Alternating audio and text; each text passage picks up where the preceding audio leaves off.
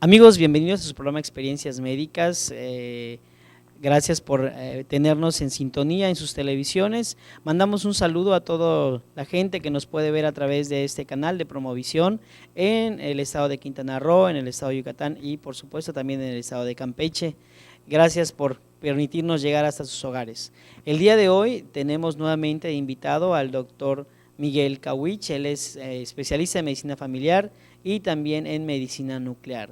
Ya teníamos el honor de haberlo invitado y el día de hoy nuevamente tenemos una plática con él muy interesante que estoy seguro que van a prestar mucha atención porque es de interés general. Estamos hablando de que el día de hoy vamos a tratar el tema del ébola. Doctor, muchísimas gracias, buenas tardes por estar con nosotros. Muy buenas tardes a todo tu auditorio y quiero aprovechar este momento para agradecer sus comentarios y todas sus sugerencias y sus correos que nos llegaron de la plática anterior. Tuvo muy buena aceptación, este programa tiene un buen rating y pues agradecerles a todos ustedes su amable atención, por favor. No, pues gracias, doctor. Y bueno, vamos a entrar de lleno al tema, doctor, hablando sobre el ébola. El ébola sabemos que es una enfermedad que realmente está causando polémica a nivel mundial. Creo que también los mexicanos estamos como que un poco alterados porque escuchamos que el ébola puede llegar a ser fatal y cobrar vidas, como lo fue en su momento la influenza. Pero este viene siendo otro tipo de enfermedad también. ¿Qué es el ébola? Explíquenos, doctor, con palabras que nos puedan entender todo el público, que nos podamos explicar para que lleven el concepto bien de lo que es el ébola. ¿Qué es la enfermedad del ébola? Mira, la enfermedad del ébola es una infección viral. Los virus no son células completas, son nucleótidos, solamente son fragmentos proteicos de ácido ribonucleico, el famoso ARN que pues cuando estudiamos la célula en primaria, en secundaria, pues nos enseñaron, a diferencia del núcleo de la célula que contiene desoxirribonucleico, que es el DNA. Entonces, para que se pueda replicar el virus, requiere del agente, requiere de las células del huésped, del paciente, ¿verdad? Y tiene que invadir los núcleos. En este caso, los virus RNA o ARN, como ustedes quieran decirles, a toda la comunidad médica les ha surgido problemas para su estudio. ¿Por qué? Porque estas pequeñas fracciones proteicas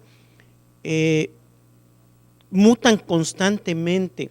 Hay un epidemiólogo francés que nos explicaba que era como el control de calidad, mientras que nosotros, nuestras células se pueden clonar porque nuestras proteínas del DNA, ¿sí?, se replican perfectamente y secuencialmente. Las del ARN o RNA no se duplican a la perfección, mutan, no llevan una secuencia y mutan constantemente. Por eso es que ha aparecido el ébola en el ser humano. Es una de las enfermedades que se dice que en África es un lugar donde epidemiológicamente es para producir una epidemia. ¿Por qué? Por los factores nutricionales, la migración de las áreas boscosas, el tipo de alimentación, la falta de higiene. Todo esto hace una fuente propicia para que aparezca una infección o una epidemia, ¿verdad? Entonces, doctor, resumiendo lo que acaba de decir, realmente el ébola es un virus, sí, que necesita un huésped para que se pueda desarrollar, y en este caso el ser humano. La transmisión, ¿cómo es la transmisión del ébola? ¿Cómo yo voy a poder pensar, no, pues si me meto en esta zona, en esta área, con este tipo de personas, puedo tener el ébola? ¿Cómo se contagia, pues? Bueno, déjenme explicarles lo siguiente. El ébola aparece desde el siglo XIX, desde la primera infección que ocurrió en 1976, los científicos se han abocado a estudiar este virus. Entonces, la transmisión fue de animales hacia seres humanos. ¿Cómo nos contagian los animales? Por la convivencia, porque los consumimos, ¿sí? Entonces, en este caso, la transmisión principal es de un murciélago que habita en África, en el occidente de África.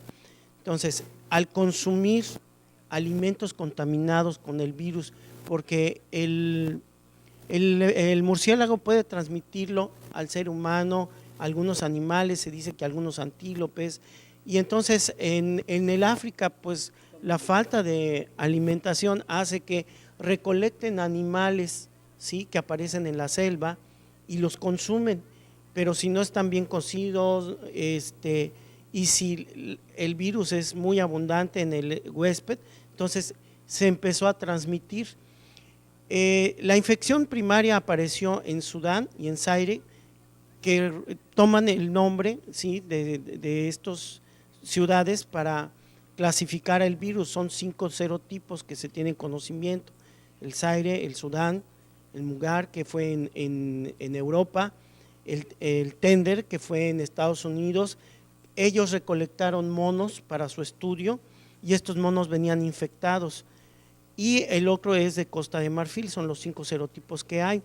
Lo interesante de esto es que las primeras infecciones del 76 fueron menos de 1000 personas, pero con una alta letalidad. El 80% de los pacientes murieron, no se conocía mucho. Inmediatamente la comunidad científica se dedicó a estudiar este virus. En Europa, en Alemania, el Mugar sí ocasionó varias muertes, pero en Estados Unidos, estos monos que llegaron a Estados Unidos para su estudio, inmediatamente se dieron cuenta de que estaban contaminados. La gente que se infectó no murió. Entonces, aquí hubo algo muy importante. Estudiaron los inmunólogos cómo podíamos defendernos de ese virus y se dieron cuenta de que hay antígenos que se comparten entre estos virus, entre estos tipos de virus, y que todas las personas que estaban vacunadas, la infección fue muy leve, nadie murió. Entonces, de ahí es la importancia de que también nuestra comunidad, ¿sí?, en nuestro país, entiendan que la vacunación a veces no te va a defender directamente, pero existen antígenos compartidos con muchos virus, que esto nos va a producir una inmunidad pues parcial, pero que nos va a ayudar mucho. Menciona el doctor algo muy importante, que nosotros tenemos que estar pendientes, sobre todo de nuestra salud. Al estar llegando a ser vacunados, pues nos cubrimos de ciertas enfermedades que podrían aún no conocerse, aún no llegar, pero estamos con defensas que podíamos utilizar si es que tenemos contacto con ella.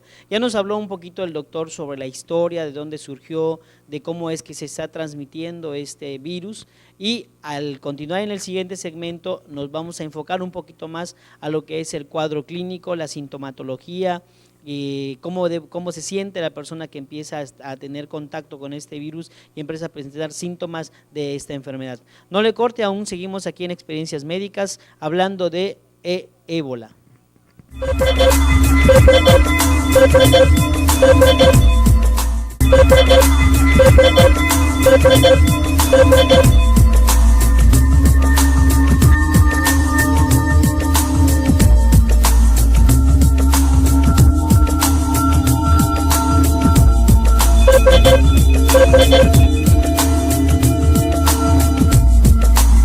Continuamos aquí en su programa Experiencias Médicas con el doctor Miguel Kawich. Estamos hablando el día de hoy del tema importantísimo que es el ébola, la enfermedad del ébola.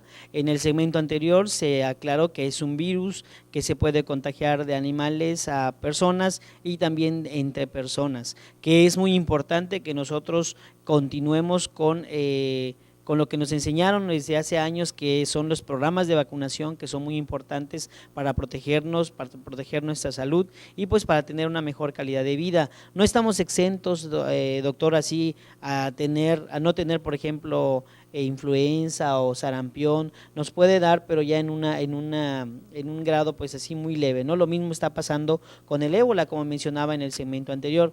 Ahora bien, explíquenos, por favor, el cuadro clínico del ébola. ¿Qué sintomatología tiene un paciente? ¿Con qué enfermedad la podemos confundir? Porque es importante que acudamos con un médico para que nos revise cuando empezamos a tener estos síntomas. Bueno, cuando ocurre el contagio porque consumiste algún animal que estaba contaminado, cuando tienes convivencia con alguien que está enfermo, entonces la enfermedad aparece entre los primeros 3 hasta los 21 días. El virus lo que hace al entrar a tu organismo, esto es muy interesante, es afectar las células que están especializadas en la defensa de nuestro cuerpo, que son los glóbulos blancos.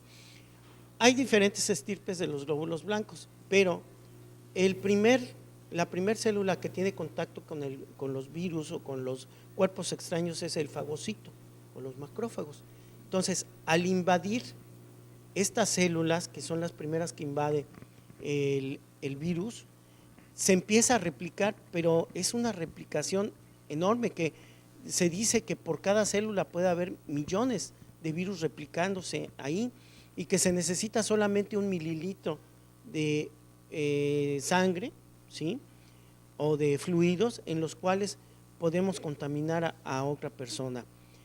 El contagio ocurre de persona a persona actualmente porque el virus lo primero que nos produce es ataque a nuestro estado general, ataque a nuestras células de defensa, a los ganglios linfáticos, al hígado principalmente, ¿sí?, en el hígado, en el vaso.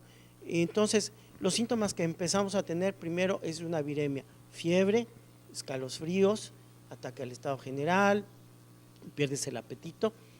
Se puede confundir con un dengue, por ejemplo, ¿sí?, dolores de hueso y todo. La diferencia de es que a los 2 días, a las 48 horas, empiezan a presentar diarrea. Y el siguiente síntoma es que empiezan a aparecer flictenas, ¿sí?, vesículas, pústulas de color negro oscuro. Las han definido como un pudín de tapioca, ¿verdad?, porque son las que aparecen en la piel. Empieza a haber sangrado.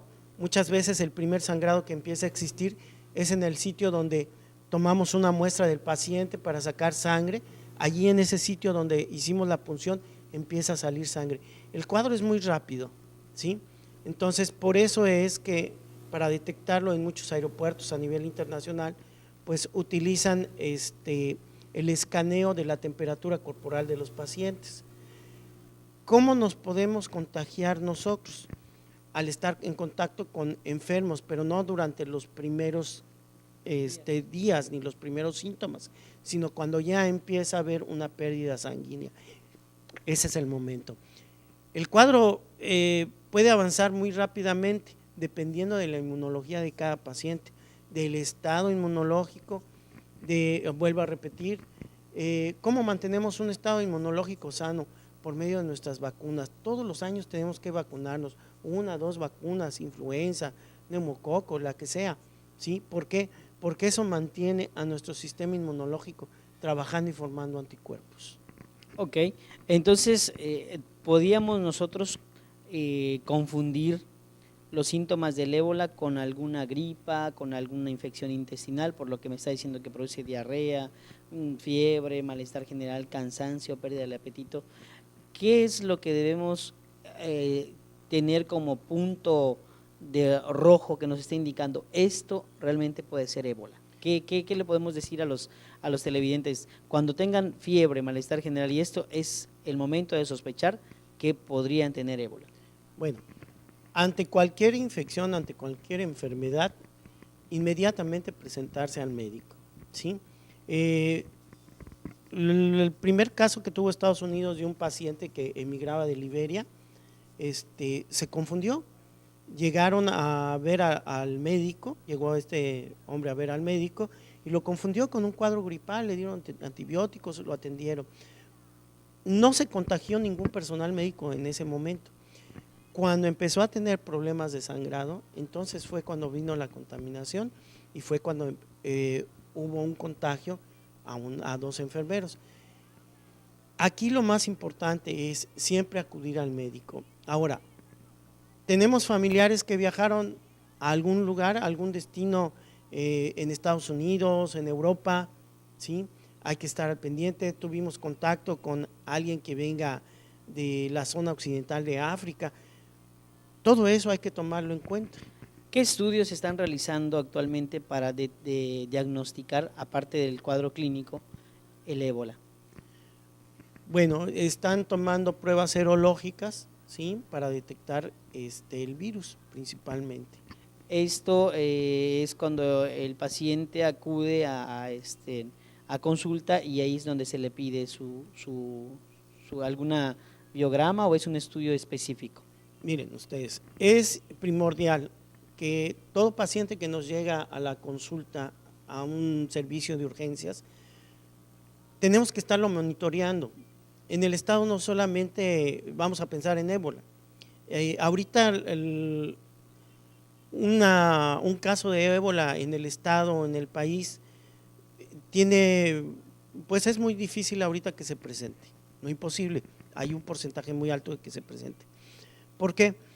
Porque principalmente las líneas comerciales van hacia Estados Unidos o hacia Belice. Recordemos de que Belice es un país que es una colonización inglesa, aunque Inglaterra es uno de los países que cerró sus fronteras inmediatamente a todos los países africanos. Actualmente todos los países africanos están en cuarentena, entonces se ha hecho más difícil su transmisión. Actualmente a nivel mundial tenemos casi 18,000 casos y casi 7,000 muertes, ¿sí? Y está muy controlado epidemiológicamente todos estos lugares. Entonces, ¿por dónde podría llegarnos un caso? Pues alguien que viene viajando de Estados Unidos, alguien que está viajando de Sudamérica, de Belice, pero es muy difícil. Bueno, es muy importante porque recuerdo, si no mal recuerdo, hubo una alerta roja, creo, por Cozumel, por vía de Cozumel, la cual se hizo negativa, se aclaró de que no había entrado, no había habido contacto y de hecho no había sido ébola lo que presentaba esta paciente. Y pues como bien decía el doctor, los primeros síntomas de malestar general, fiebre, acudir al médico para que le dé tratamiento y seguimiento y se logre hacer un diagnóstico a un buen tiempo. Bueno, continuamos en un momento más aquí en su programa Experiencias Médicas, no le cambie, vamos a seguir hablando ahora sobre los tratamientos que existen para combatir esta enfermedad. En un momento regresamos.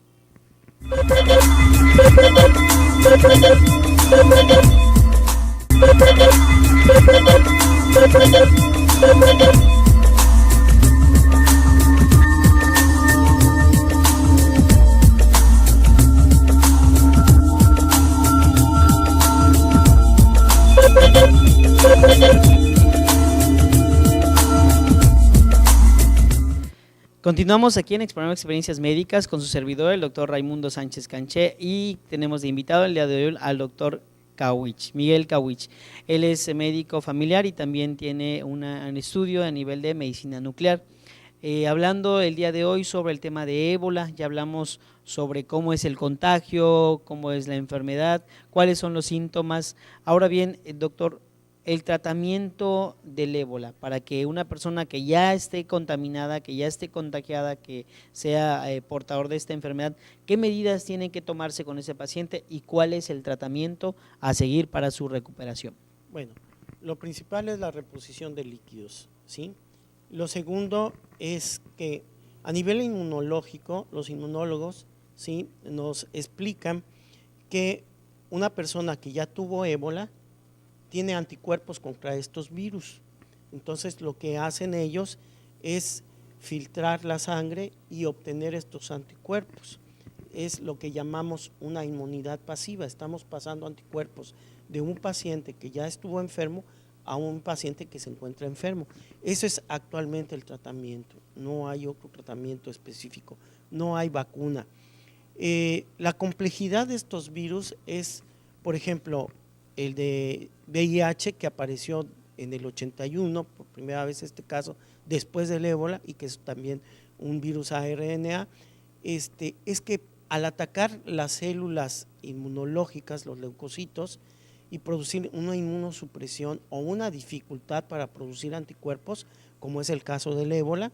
Entonces es muy difícil producir una vacuna, además de que son virus altamente mutagénicos. ¿Qué quiere decir?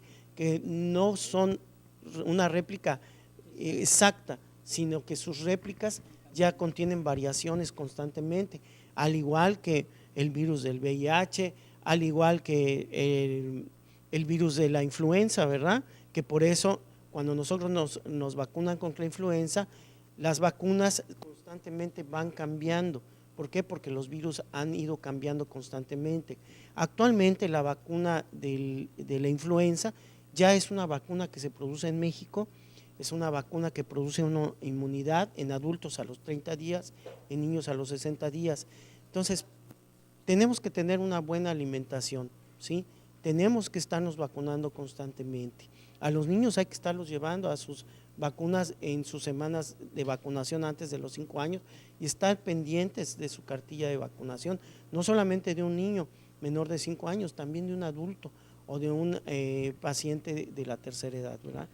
¿Hay alguna época en específica en la cual se pueda decir, bueno, esta época es la de mayor riesgo por contacto de ébola, o la ébola está presente en todo el año, o hay épocas en las que los pacientes están más inmunocomprometidos como para decir, bueno, hay que tener más cuidado porque pueden contagiarse de ébola? Bueno, en este caso la infección ocurre en cualquier época del año. Este brote inició en un país, en Mali, en diciembre del año pasado, y de ahí pasó en el mes de marzo hacia Liberia, hacia Costa de Marfil. Entonces es un virus que se puede presentar en todo el periodo anual, en cualquier mes del año. Okay. Pues como bien decía el doctor, hay que tener ciertas precauciones, ciertas medidas, obviamente la higiene, como siempre, lavarnos las manos, cocer bien los alimentos, evitar pues estornudar y no tocarnos las manos, cubrirnos, estar bien alimentados, acudir a nuestras vacunas, sobre todo como bien decía el doctor, en niños menores de 5 años y pacientes ya de la tercera edad son los que están más expuestos, porque pues obviamente no están, están en etapas de edad de riesgo de contagio, sobre todo este tipo de enfermedad. Y ahora sí que pues estamos en invierno, doctor, y pues vienen las temperaturas bajas, vienen los cambios de temperatura, a veces esto afecta, inmunodeprime un poco a los pacientes, viene la gripa, vienen las probables neumonías, las infecciones de vías respiratorias, así que aconsejamos, ¿qué le podemos aconsejar a nuestro auditorio, doctor? Bueno, una buena alimentación, usar complementos vitamínicos como es vitamina C. Actualmente se ha demostrado que la vitamina C nos ayuda mucho en nuestra inmunología, en pacientes con influenza, en pacientes que han tenido dengue. La aplicación y la toma de vitamina C les ha ayudado mucho a recuperarse en menos tiempo. Pues es muy importante, y sobre todo pues si no tenemos nosotros dinero para ir a comprar nuestra caja de vitamina C, porque pues también ya vienen productos, pues que ingiramos frutas que contienen vitamina C, mandarina, naranja, limón. Yo siempre recomiendo a mis pacientes que dejen el refresco y pues de vez en cuando se preparen una limonada, una naranjada, puesto que es más sano para su salud. Doctor, ¿algo más que nos quiera agregar sobre el ébola? Bueno, el día de hoy se declaró como figura pública número 1 a todo el servicio médico que a nivel mundial están atendiendo a los pacientes del ébola. El día de hoy fue una declaración a través de la ONU, porque realmente son unos héroes. Aquí lo más importante a nivel médico en cualquier enfermedad es cubrirnos. El primer paciente que puede enfermarse de ébola es el médico, porque es el que tiene el primer contacto. Entonces, seguir las instrucciones de higiene, ¿verdad? Tocar un paciente, lavarnos las manos, usar cubrebocas, ¿sí? Si detectamos que ya es un paciente que viene con sangrado del tipo que sea, usar guantes. Hay equipos especiales que están ya llegando, no se han distribuido porque no hemos tenido ningún caso. Como tú dijiste, en Cozumel llegó un paciente de un crucero que tuvo fiebre, antes que cualquier cosa dejaron pasar un periodo, 48, 72 horas, no es ébola, no tiene el virus, no hay anticuerpos, no nada, y no pasó nada. Muy bien, pues pues ahora sí, esperamos que este programa haya sido de mucho interés para ustedes, de mucha información, así a grosso modo, porque se puede hablar bastante tiempo sobre esta enfermedad del ébola, y no me queda más que aconsejarles que en esta época de invierno, pues sí tomemos nuestras medidas, nos cubramos, tomemos mucho líquido, estemos arropados y bajan las temperaturas, y tomar mucho alimento, mucho líquido con vitamina C. El programa de Experiencias Médicas y su servidor, el doctor Raimundo Sánchez Canché, les desea que también tengan una bonita Navidad, un feliz año nuevo, que sus propósitos, sobre todo de salud, recuerden que sin salud no podemos hacer nada, ni trabajar, ni planear vacaciones, ni planear estudios. Siempre lo primero que tenemos que tener es salud, primero Dios, y pues cuidarnos, a vacunarnos, alimentarnos bien, tratar de hacer un poco de ejercicio, comprometámonos nosotros, hagamos ese propósito personal para que estemos mejor, y pues todas las cosas que estén a nuestro alrededor lo veamos de otra forma, sin tanta enfermedad. Pues doctor, muchísimas gracias por el día de hoy, por su conocimiento, y agradecemos también a todo el público nuevamente que nos ve a través de este canal de Promovisión en los estados de Yucatán, Campeche y nuestro bello estado de Quintana Roo. Enviamos un cordial y afectuoso saludo y nos vemos en el siguiente programa de Experiencias Médicas. Hasta la próxima.